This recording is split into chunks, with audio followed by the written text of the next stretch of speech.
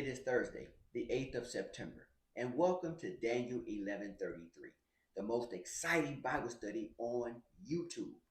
Now, if this is your first time, please leave a comment, introduce yourself, and tell us where you are from. The seven seals, the seven trumpets, and the seven vials are largely taught to be the wrath of God, but the Bible doesn't support that. It doesn't support that teaching at all. And today we will continue to show that they are all events. Now, this study will be good. But what exactly are the seven trumpets? Does the Bible definitively describe these events? Today we get truth about one of the trumpets.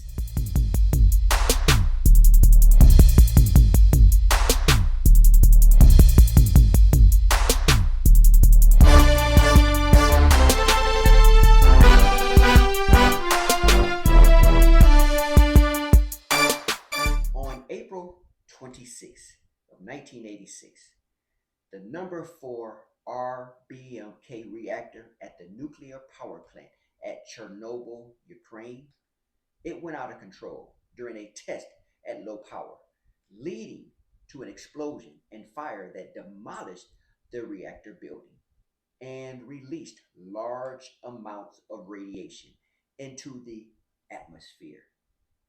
The area surrounding Chernobyl remains radioactive, even today, referred to as the exclusion zone.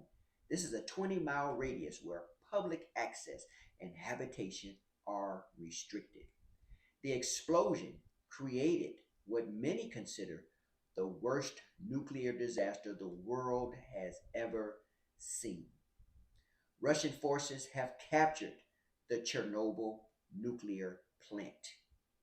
Since mankind is talking about it, let's see what God has said about it.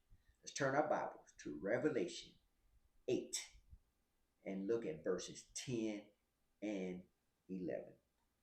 And it reads, Then the third angel sounded, and a great star fell from heaven, burning like a torch, and it fell on a third of the rivers and on the springs of water. The name of the star is wormwood.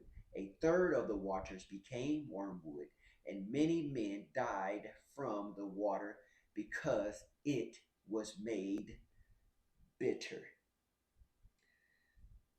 Mankind continues to connect the dots to God's word through understanding of his word.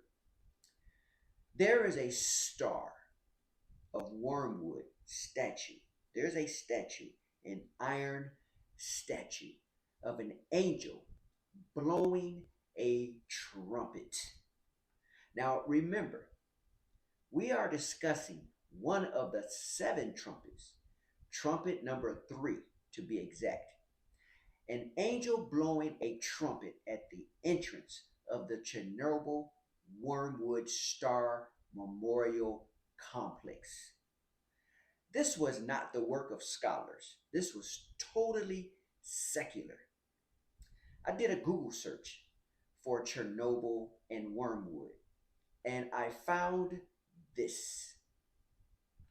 Wormwood in Ukraine is called Chernobyl. Remember, the name of the star is wormwood, and a third of the waters became bitter. A third of the waters became bitter or were made bitter.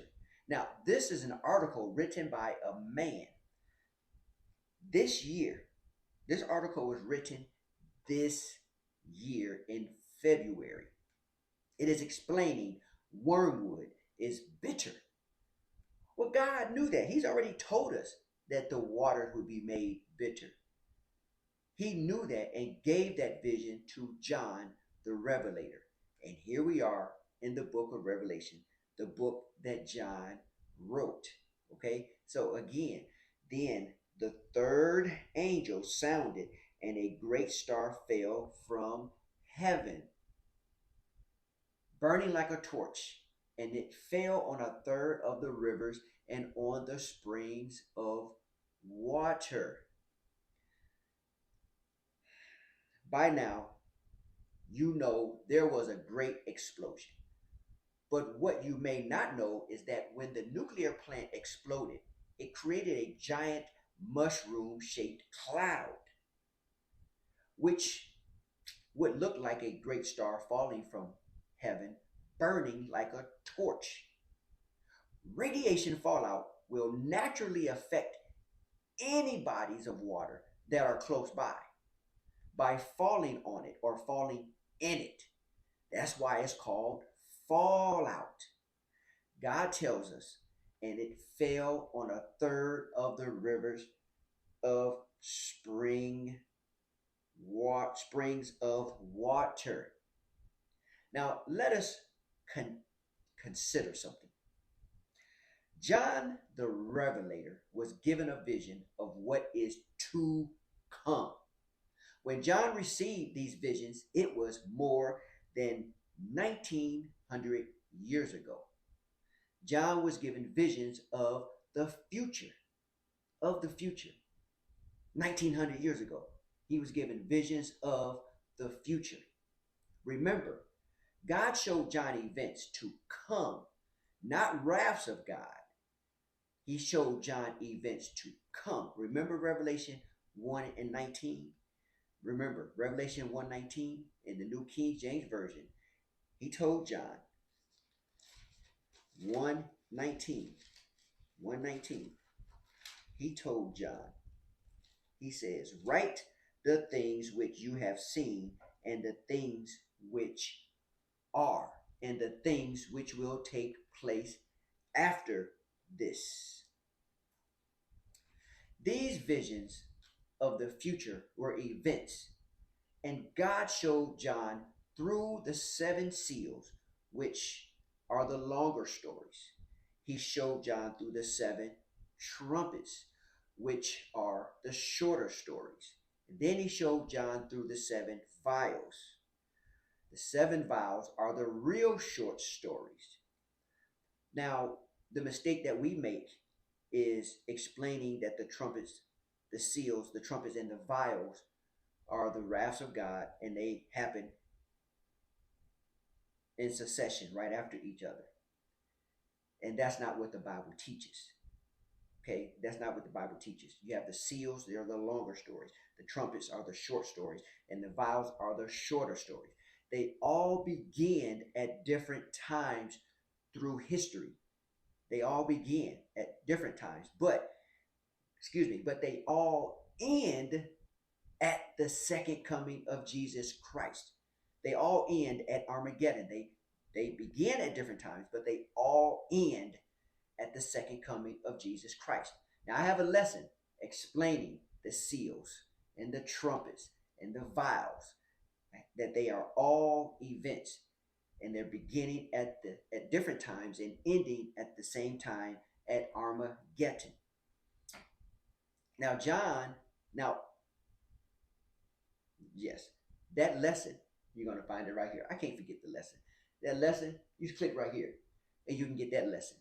It will show you all the verses are this, they say the same thing, but we're not talking about that one. Just click on it. Okay. Now, John, he was also given visions of the beast. Remember Revelation chapter 13, Revelation chapter 17. He was given visions of the trumpets, the seals, the trumpets, and the vials, and he was given visions of the beast. Those beasts that we have been taught are just, oh, God's wrath is just so horrendous, and no one will escape, and he's just so angry with us. But if you have been with me for any length of time, you know that the beasts have nothing to do with God's wrath at all. The beasts are simply God showing John again what is to come. Remember verses chapter 1 verse 19, what is to come. And the beast, God explained it. He says these beasts are kings, or these beasts are kingdoms, and they're all interchangeable. You can't have a king without a kingdom. You can't have a kingdom without a king. History shows us how far we have come since 1950, let alone 93 to 96 AD. Now, if your great ancestors from the 1950s had a vision of a mobile phone, if they had a vision of a mobile phone, how would they describe this in 1950? Okay, because we're like this, we're tapping on it, we're texting. Okay, how would they describe this? You're holding it in your hand, it's small, and you're talking to people like you're. Are you crazy? You're talking to you. How would they describe this? Maybe a small typewriter that you put against your face because that you're typing, right? How would they describe it? I don't know. But what are your thoughts? How what are your thoughts? Leave your thoughts in the comments. Because I really would like to know what you think. How would they describe that? Remember back in 1950. What about a computer? A personal computer, microchipping, microchipping, the chips, um, a drone, aircraft, or AirPods. How would they describe the AirPods? How would they describe it? You open them up, you take them out, you put them in your ear. You're looking like Frankenstein. I mean, how 1950, okay? So they have a vision and they have to put it on paper. Would you understand their interpretation? Would you understand it? Consider this. They could only describe these they could only describe these futuristic things with their knowledge of 1950s technology, right? So, can you now understand the challenge John had? He had to put in words what he witnessed based on what he understood in the first century. So everything we read, we can't take literal because remember, John wrote what was to come. Okay? Now, with this understanding, I hope you see the prophecy of the third trumpet lining up perfectly to the 1986 Chernobyl explosion.